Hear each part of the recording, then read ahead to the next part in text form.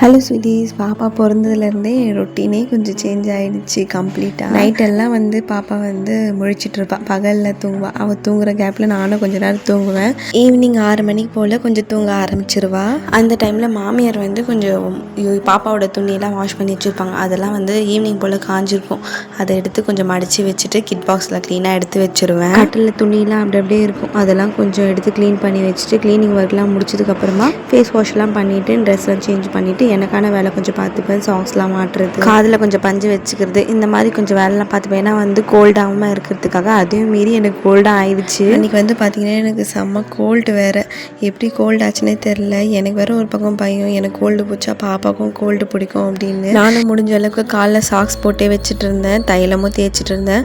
Paracetamol மாத்திரையும் போட்டுட்டு தான் இருந்தேன். அதனால தான் கோல்டு ஓரளவுக்கு கண்ட்ரோல் ஆகிடுச்சு. அன்றைக்கி டின்னர் கம்ப்ளீட் பண்ணிவிட்டு பால் குடிச்சிட்டு தூங்கிட்டேன். நெக்ஸ்ட் வீடியோவில் பார்க்கலாம். பாய்.